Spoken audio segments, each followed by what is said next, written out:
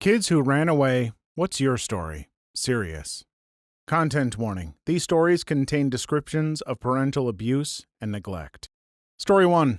Happened when I was 16. My mother was abusive for so many years. I'd had a terrible few weeks. A friend of mine had died in a car crash, another friend had been diagnosed with cancer and was going to lose his leg, and I'd been dealing with my parents arguing every day, the police being called to our house nightly, and the pressure of upcoming exams. One night I was home alone with my mom, and I'd come downstairs to get some water because I had a headache from crying. My mom stood at the bottom of the stairs and told me that she hoped my friend with cancer would die during the operation. So after years of just putting up with her abuse, I snapped a little and started punching and kicking at her chest, me being a few steps up from her. Obviously, this was a bad idea on my part. I got beaten quite badly. Mom then went out. I don't really remember what happened immediately after, but I remember that an hour or so later, I was sat on my bed, knitting with blood running down my face and arms onto the yarn. It's a weird thing to remember. I'm pretty sure I was quite deeply in shock, and my mind had just decided to pretend nothing was wrong for a while. Anyway, after this, my sister had come home and taken me to my aunt's house where they took pictures of all the injuries in case I wanted to go to the police. I stayed there for a night, but felt like a nuisance, so the next day I told them that I was going to stay with a friend. Instead, I went down to a local park and stayed there at night in a shelter. It looked kind of like a bus shelter with a bench. At night, I sat up awake, paced a lot to keep warm. I felt very vulnerable there in the dark alone. Every morning I go off to school and then go back to the park. I wore makeup to mask my black eyes and told my teachers that I'd had an accident in Taekwondo and wore long sleeves to hide the bruises and scratches. After school, I'd nap in a sunny spot in the park. Honestly, it was peaceful there. I felt safer in the park than I had at home in years. I also had 2 sleepovers with friends during this week. I didn't tell them I was sleeping rough. I hadn't even told them about my home life. So yeah, after 5 nights in the park and 2 nights at friends' houses, I was told my mom had left and moved somewhere else. I came back home and I didn't tell anyone that I hadn't been staying at friends' houses for all of that week. My dad never acknowledged what happened and continued to fight for the marriage for a while. I don't blame him though. I have to remember that he had been the victim of domestic abuse from my mother for years at that point. All in all, it was cold and scary and so tiring, but I found it to be peaceful and so much better than being at home while my mom was there. This is absolutely heartbreaking, as I'm certain many of these stories will be. To any of you who might be struggling with a home life, my heart goes out to you, and I encourage you to seek help from someone you trust. I know you might feel like you shouldn't be their problem or that you're an inconvenience or whatever. Let me just tell you right now, you aren't a problem, inconvenience, or anything like that. There are people who care, be they friends, family, or shelter services. You are a valid human who does not deserve to be treated that way no matter what you've been told. I know I'm just some voice on a YouTube video, but I promise you matter. Story 2. It was 3 weeks before my 18th birthday, and I ran away to my older sister's house out of state. My mom was extremely abusive physically and emotionally, and told me that as soon as I turned 18, she was going to burn all my belongings. She made sure to mention my driver's license, birth certificate, and social security card, and kick me out into the streets. She already stole all my money since I wasn't legally old enough to have my own bank account every month when I got paid, so I knew if she burned all my belongings, I'd be ruined. I ran away while she went on vacation and took what belongings I could fit into my friend's car. I cashed out of what money I had left in my account, less than $400, and hid at my sister's place in the meantime. My mom lied to the police and told them I was 16 years old, a drug addict, self-destructive, and that I ran away with my 32-year-old boyfriend who was an armed drug dealer. The police found me 4 days before my birthday and tackled me to the asphalt assuming I was armed. They were very angry when they booked me and found out I was almost 18 and clearly not on drugs or with any old man. Legally, they had to send me back to live with my mother, so I stayed in her custody for 3 days and was about to be transported back to her, but thankfully turned 18 before that happened. Turns out all the belongings I left behind were indeed burned and my driver's license was suspended, since parents can legally do that to minors. Thank God I managed to salvage all the important things before she got her hands on them. I'm now 27, married, and pregnant. I went through so much therapy to work through all the trauma I experienced as a child and luckily managed to create a happy and successful life for myself. I haven't spoken to her since I ran away.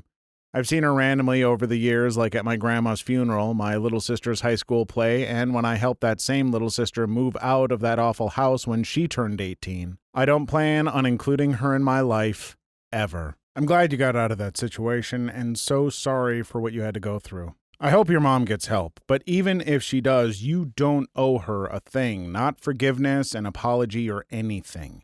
Again, to anyone struggling with an abusive parent, family doesn't get a free pass, even your mom.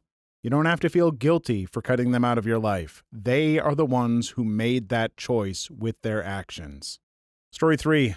16 years old, lived with my dad, and after years of emotional abuse, he snapped and grabbed me by the throat. I can't remember much more. On autopilot, I took my wallet, phone, and charger and just left. I didn't really have an idea of where to go, so I felt my best chances were going to the train station and see from there on. I got a response from a friend in another city where I could stay and waited to leave town since I was scared and had the feeling the police were searching for me. They were. I had like 40, and to save money I decided to walk instead of taking the bus. Maybe the most movie moment out of my life is walking a long straight road with water next to it. We just have a few hot summer days, and while the sun was going down, thunderstorms rolled in. Adrenaline warned off, and I realized I had pain and was limping. Headache, dizzy, but also an overwhelming feeling of liberation. It started to rain, and I realized my F up for not taking my coat. I only wore a t-shirt, and it was getting cold. In the distance, I saw a bus stop with one person waiting. Good, the last bus hasn't left yet. I must have looked like because the guy, like 40 years old, waiting there, started talking to me. I told him what happened, and he said he already felt weird energy around me. He offered a place to sleep, but I refused because, yeah, old guy, teenage girl, it felt weird. I refused, and he understood. We smoked pot together, he paid for my bus ticket, and exchanged numbers. I always regretted not taking the offer, but that's another story. The next day we hang out, and he bought food for me. I decided to contact friends who were worried and promised them to come back. This story will always stay with me. It kickstarted major changes in my life, still affecting me today. I stood up for myself. I will say thus far things have worked out all right for folks who ran off to just nowhere, but be careful, folks. Like, if parents are abusive, I definitely want you to get out of there, but do try to be careful. There are shelters, and I hope friends you can trust. Doing these things in a rush alone should be a last resort, but whatever you do, keep your safety in mind. Please like and subscribe if you've made it this far. I hope you enjoy the rest of the video and have a great day. Story 4. I was in 6th grade, so about 5 or 6 years ago. I was 12 or 13. I was depressed because I always was getting picked on. I'd smelled, but I got in trouble a month before I ran off, so I was trying to change from that. I always had outbursts over small stuff, so it all messed with me because I was trying to change, but other students made it hard for me. I never wanted to talk about it because it felt like nobody would understand me at all. I wanted to tell my parents about why I was depressed, but I didn't know how to speak my mind, so the day before I ran away, talking to my ex-best friend, I told him if I ever ran away, I'll go to X location. Note, I didn't even plan on running away at all until the next day. So the next day came and I was irritated just hearing, "Oh, you stink," and just unkind things. And the part that made it worst is my friends at the time knew I was changing, but they never defended me at all, and that just adds to my depression because I felt like nobody liked me at all. So after school, I decided to ride around on my bike. I left town and went at least an hour out of town. Then I thought and realized that I should turn back, but by the time I did, it was 10 p.m. So I have broken my curfew and decided I'm not going home. I went to some woods that are near the beach. I just laid down backpack as pillow. I played there, crying all night because I regretted running away, and I was scared that if I go home, my parents will be pissed at me. The next day, a guy was walking in the woods, and I freaked out and ditched my bike and ran out of the woods. I was on the road walking, and then a white SUV comes by, and it was an officer, and he was being nice and comfortable, so I got in. We went to the police station, and I was crying because I don't know how to feel. My dad walks in, and he was happy to see me, and he talked to me, and we went home. I've learned something that day.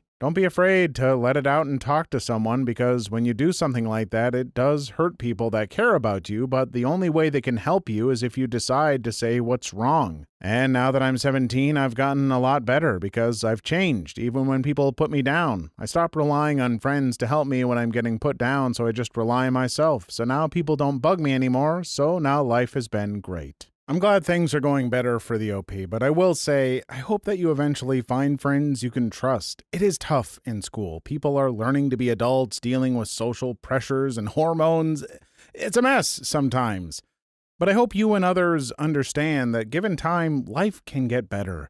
People can get better, and you can better choose who you spend your time around. Story 5. When I was in high school, I lived with my dad after I moved from where I grew up because my mom wanted to move.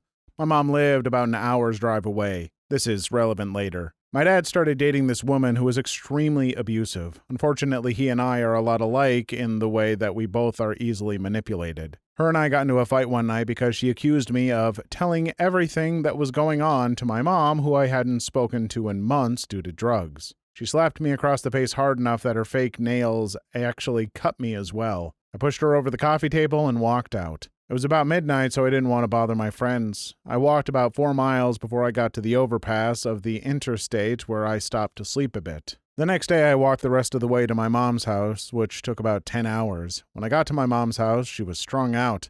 So I just turned around and left. I walked the 5 hours to Walmart and hung out for another 6 or 7 hours, and then I guess someone at Walmart had spoken to the cops that had stopped in, and they stopped to talk to me. When they got my name and called it in, apparently my dad had told his friend, who was an officer, that happened to be called by the neighbors following the fight the night before. So they asked about the cuts on my face, and I told them, and they asked if I wanted to press charges. I said no because I didn't want my dad to be mad at me. They took me back, and it turns out that my dad kicked her out of the house immediately after I left, and he spent the whole night trying to find me himself. It made me proud of him because the first time he actually showed some backbone in a relationship was because of me. Your dad is a good man. He is. We're now 12 years later, and he and my daughter are best friends, and it couldn't make me any happier. I tugged at the old heartstrings at the end there, huh?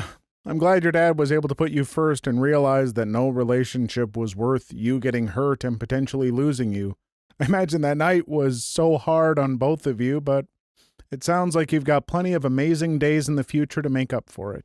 Story 6. My story might only half fit here, I'm not sure. My mother was always difficult, but she had done a great job at making me her counselor, her best friend, and her punching bag physically and emotionally. After my father left her, everything escalated. There was not a single day when she wouldn't scream at me or chase me through the house if I didn't comply to whatever headcanon she assumed was obvious this time. At 15, I ran away to my boyfriend. She knew about this, so I don't know if it counts, but I cut ties with her during that time. The boyfriend was abusive, and since I had nowhere to go, I lived like that for 8 months before I finally couldn't take it anymore.